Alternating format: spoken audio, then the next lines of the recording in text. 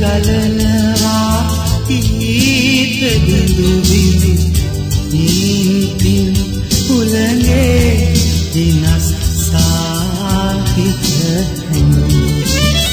සුවඳ දැනී දැනී දැනෙනවා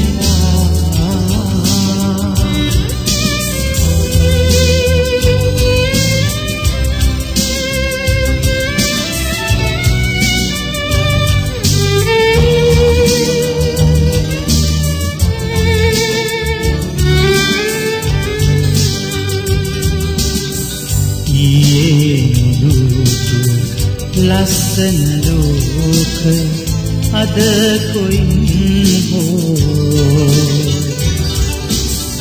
හිමිහිට ඇවිදින් මිදුල දිගේ මට තුරුළුනවා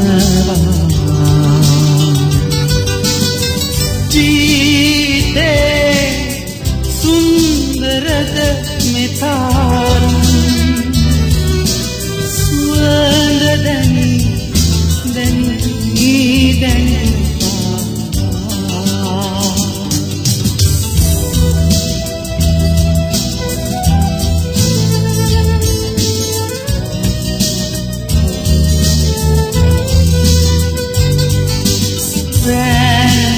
වැනෙන පාට පාට සමනලයෝ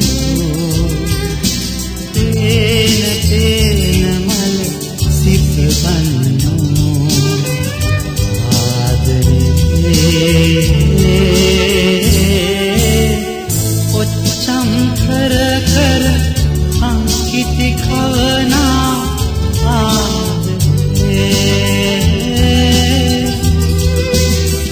බලාපොරොත්තු දෝත දරාංග බලාහිවි ඔබ එන තුරා ආයෙත් දවසක් තියේ අද වාගේ ජීවිතේ සුන්දරද මෙතරම්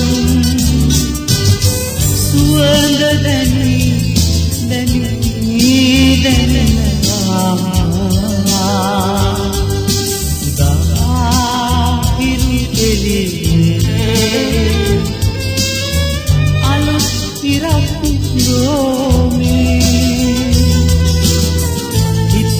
ගලනවා ගීත බිඳු බිඳි ඉන්පින් උලඟේ ඉනස්සාහිත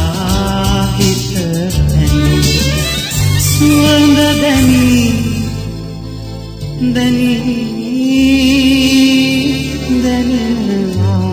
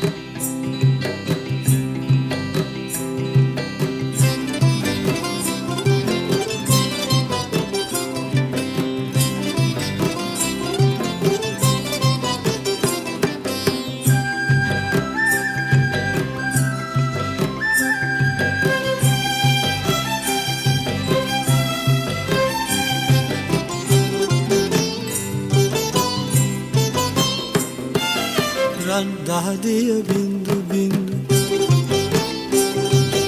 ඉසුරු සුවඳ රැඳු රැඳු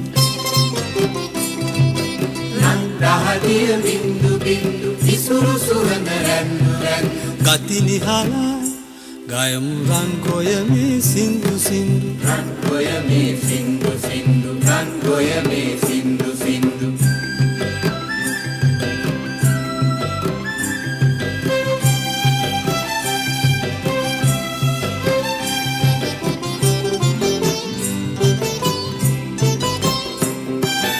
දැතේ රන් වලලු දගේ ගෙල බැඳි රන් මාලගේ රන් ගොයමේ නෙලන නගේ සිරියාවයි රටට මගේ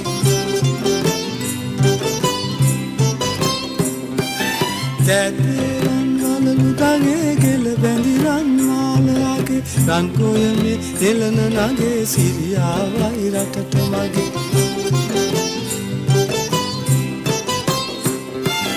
නෙළුම් කෙතේ ලන්දු ලන්දු සොඳුරු කිඳුරු ලන්දු ලන්දු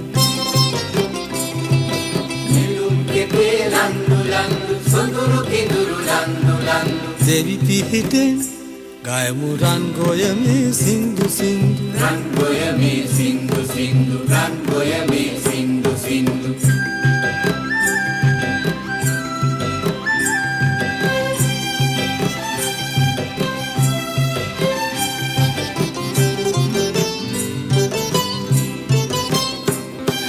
බුලතේ රත දුටිනි තොලේ මට නොවේදෝ මුකුළු කලේ රන් ගොයමේ නෙලන කලේ මන බැඳුනා පබුළු වැලේ බුලතේ රත දුටිනි තොලේ මට නොවේදෝ මුකුළු කලේ රන් ගොයමේ නෙලන කලේ මන බැඳුනා පබුළු වැලේ රන් දහදිය බින්දු බින්දු ඉසුරු සුවඳ රැඳු රැඳු රන් දහදිය බින්දු බින්දු ඉසුරු සුවඳ රැඳු රැඳු ගති නිහලා ගයමු රන් ගොයමේ සින්දු සින්දු රන් ගොයමේ සින්දු සින්දු රන් ගොයමේ සින්දු සින්දු රන් ගොයමේ සින්දු සින්දු රන් ගොයමේ මේ තියෙන්නේ සුවඳල් මේ අපේ පැරණි ඊවර වලින් දැන් මේකේ ස්ථිරත්වය තමයි මේ සිමෙන්ති පොලෝක වස්තුරෝල කරලා තියෙන අවස්ථාවක්. දැන් මේක ගොඩවි හැටියට අපිට භාවිතා වෙන්නේ. එතකොට ජලය මේවනකට බඳින්න උවමනාවක් නැහැ. අනිත් එක මේ මැස්සෙක්වත් නැහැ. ඕනකවට මේක පරීක්ෂා කරන්න පුළුවන් කිසිම මැස්සෙක්ගේ හානියක් නැහැ. අනිත් එක ගොමව විතරක් භාවිතා කරලා කරපු අවස්ථාව මේ දියර ගොම තමයි මම භාවිතා කරන්නේ මේකට. අනිත් එක තමයි මේක ජෛව විවිධත්වය තුළ මේ සතුන් විසින් මේක පාලනය වෙලා තියෙනවා මෙතන. දැන් මෙතන ඉන්නවා මේ බත්කූරු ටික. අනිත් එක තනකොළ පෙත්තු ටික ගොයම් කරලා වහගෙන ඉන්නවා. එතකොට අපිට අහිතකර සතුන්ගේ බිත්තර පවා ඒගොල්ලෝ භාවිතයට අරගෙන නැත්නම් පරිභෝජනයට අරගෙන අපිට මේ ගොයම ආරක්ෂා කරලා දෙනවා. දැන් මේක විශේෂයෙන් තමයි මකුළුව දැල බැඳලා ඉන්නවා. අවස්ථාවක් තිබුණොත් මේ බලා ගන්න පුළුවන් මකුළුව මෙතන දැල් බැඳගෙන ඉන්නවා. මේ මකුළුව දැල් බඳින්නේ තනකොළ පෙත්තු වෙන්නේ බත්කූරෝ හැඳින්නේ රසායනික සම්පූර්ණ භාවිතයෙන් තොරව හැදුවොත් විතරයි. ඒක තමයි මේකේ තියෙන ඇත්ත. ඒතර මේ පරිසරයේ එකඟව මේ වගේ කුඹුරක් අපිට මේ සුබ ඉඩක මට තියෙන නිසා මෙහෙම කළාට අපිට අක්කර 100 200ක් හරි මේ ආකාරයෙන් අපිට කරන්න පුළුවන්. මොකද මේක අපේ පැරණි වී වගා මේ විදිහට තමයි අපේ මුතුන් මිත්තේ කළේ.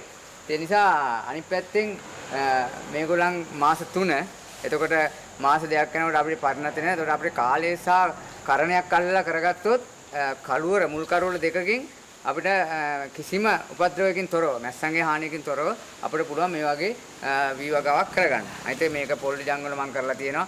දිය සීරා රැඳෙන ඕනම වත්තක මේක පැරණි සාම්ප්‍රදායික කුඹුරක් වෙන්නට ඕනේ නැහැ. මොකද මේවා ගොඩ වී. ඒකට එහෙම කරගන්න පුළුවන් අවස්ථාවක තමයි අපි දැන් ඉන්නේ. ඒත් මේ පසුබියෙන් දකින්න පුළුවන් ඒ වගේ බඳුන් වගාවක් කරලා තියෙනවා. බඳුන් වල තියෙන්නේ පැරණි වී වර්ග මෙතන 20ක් තියෙනවා. ඒකට ඒ වී වර්ග තමයි මේ තියෙන්නේ. ඒවත් ගොඩ වී හැටියට අපිට භාවිතා කරලා වගා කරගන්න පුළුවන්කම තියෙනවා.